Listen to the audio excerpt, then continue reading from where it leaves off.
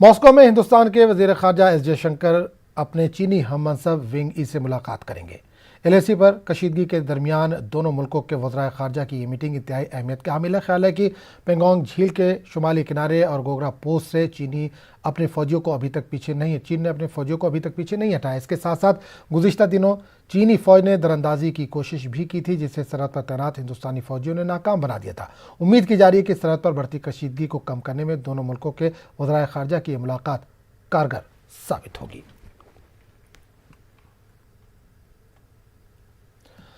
बडगाम के काउसा नाराबल में security forces की जानिब से गुज़िश्ता 4 रोज से नाला सुखनाग में मारे गए मिलिटेंट की लाश और असलहे की तलाशी कार्रवाई जारी है। आज चौथे रोज नाला सुखनाग से असलहा समेत एक थैला बरामद हुआ, ताहम मिलिटेंट की लाश नहीं मिल पाई। लाश को बाजियाब करने के लिए आखिरी इतलात मिलने तक नाला सुखनाग में तलाशी कार्रवाई जारी थी। रवा महीने की 7 तारीख को काउसा नाराबल में मिलिटेंटों के छुपे होने की इतला मिली। फोर्सेज ने मुहासरा किया। इस दौरान यहां मुख्तसर वक्फे तक फायरिंग हुई, जिसमें एक मिलिटेंट ने गोली लगते ही नाला सुखनाग में छलांग लगा दी थी। बारामूला हंदवाड़ा शाहराह पर चतलोरा वतरगाम रफियाबाद के करीब आज एक आईईडी को नाकारा बनाया गया। 32 राष्ट्रीय राइफल और पुलिस ने आईईडी का पता लगाया। आईईडी का पता चलते ही वहां पर ट्रैफिक की नकलो हरकत को रोक दिया गया। ताहम बम डिस्पोजल स्क्वाड ने आईईडी को नाकारा बना दिया। समझा जा रहा है कि मिलिटेंटों ने एक बस स्टॉप के करीब आईईडी नस्ब की थी, जहां अक्सर फौज और पुलिस के नाके कायम किए जाते हैं।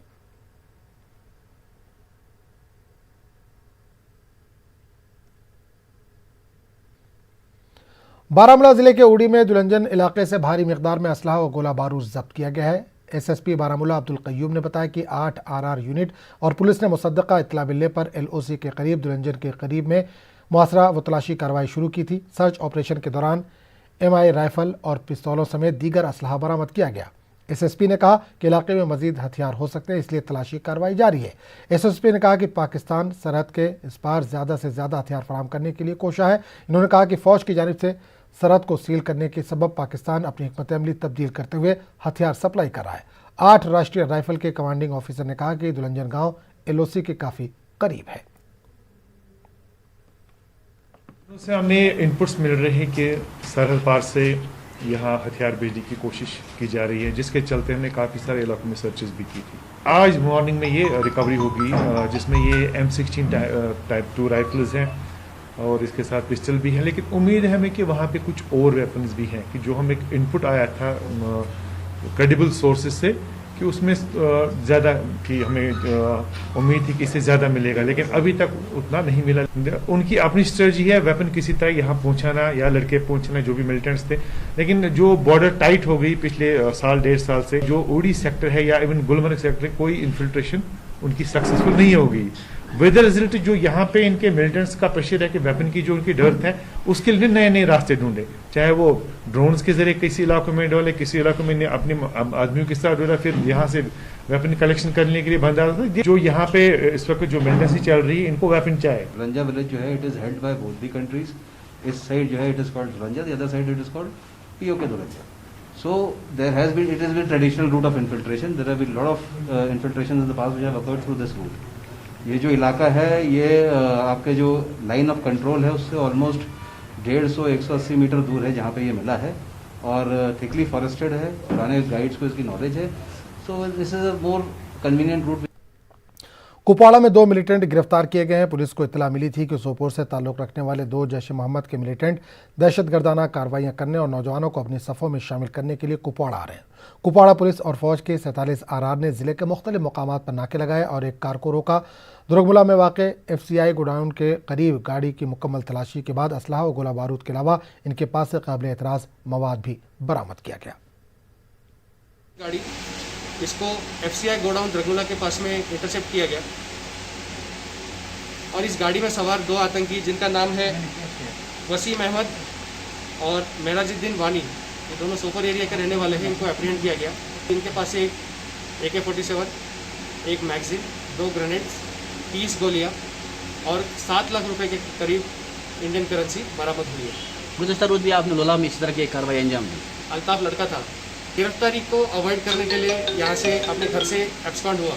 उसको उसकी फैमिली के मदद से ट्रेस किया गया।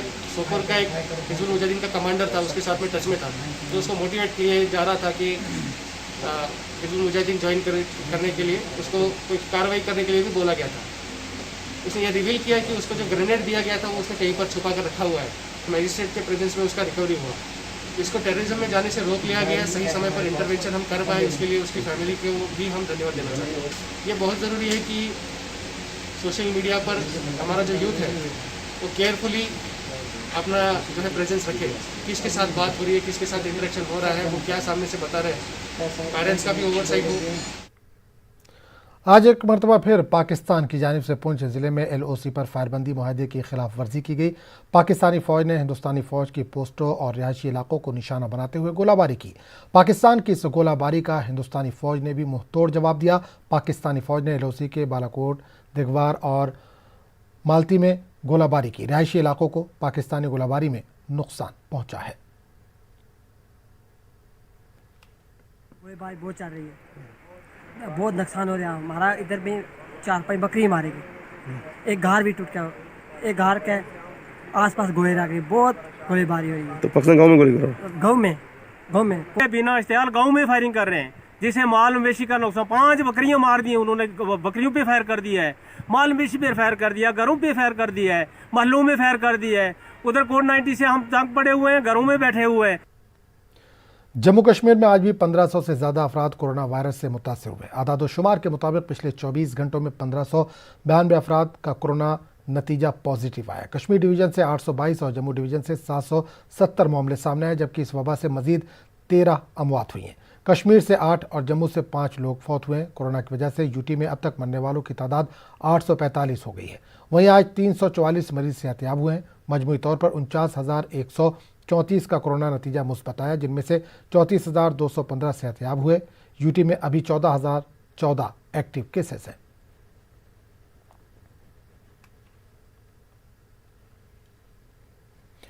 कोरोना वायरस से अमवात का सिलसिला लगातार जारी है। इस वबा से मरने वालों की आखिरी रसूमात भी ठीक से अदा नहीं हो रही हैं। चंद घर वाले अपने अजीज़ों की आखिरी रसूमात अदा करने से भी गुरेज कर रहे हैं। पेश है कोमल सिंह की खास रिपोर्ट।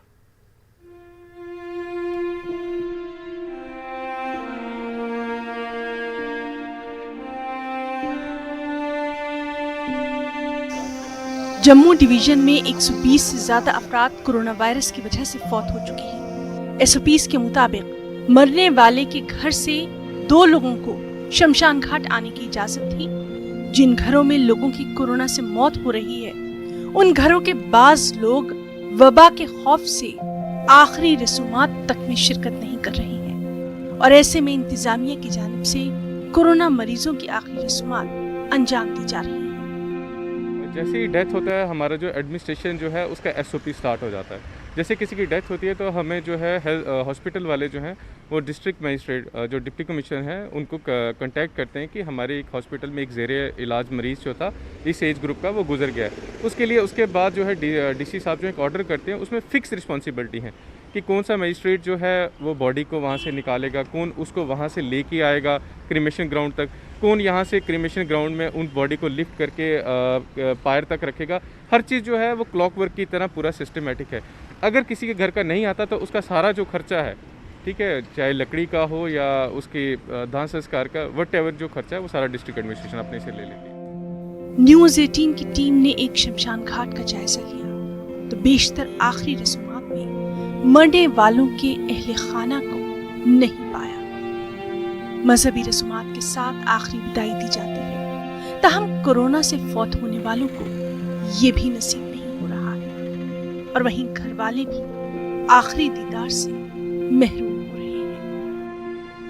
पेशेंट जिनकी मौत हो जाती है उनको आखिरी समय पे उनके घर वाले भी उनके संस्कार के लिए नहीं आते हैं, बजाय उनके कि उन्हीं के परिवार वाले उनका संस्कार करें, उनका आखिरी समय में उनका साथ दे, जो रिचुअल्स होते हैं वो निभाए। वो कोरोना वायरस की खौफ से शमशान घाट नहीं पहुंचते हैं और GMC के जो कर्मचारी हैं वो हर कोविड पेशेंट का यहाँ पर संस्कार कर रहे हैं। वीडियो जर्नलिस्ट चांद के साथ कोमल सिंह, न्यूज़ 18 जम्मू। कश्मीर में सियाहत से वाबस्ता अफराद इन दिनों माली परेशानियों से जूझ रहे हैं। ये लोग सयाहों की आमद के मुंतज़िर हैं, लेकिन नामालूम इन्हें कब तक ये इंतज़ार करना पड़ेगा। पेश है सनम तसद्दुक की ये रिपोर्ट।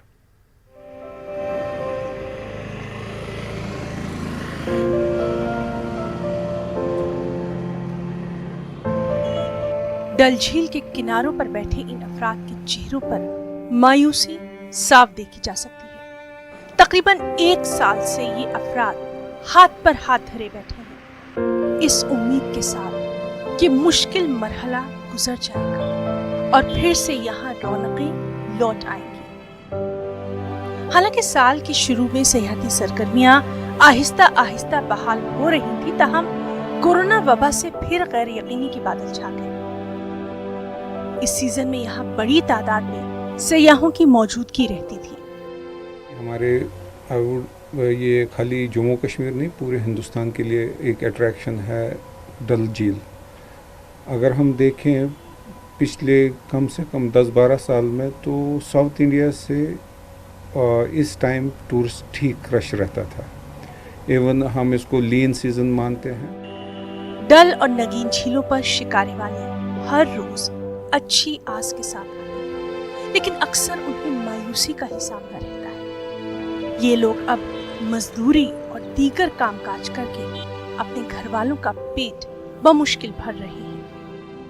और 5 अगस्त से तब तक हम यहाँ पे कोई बैठ के है, हमने कोई भी काम नहीं किया है, ना हमको कोई मजदूरी मिलता है, ना हमको कोई सारा पूरा ठप है।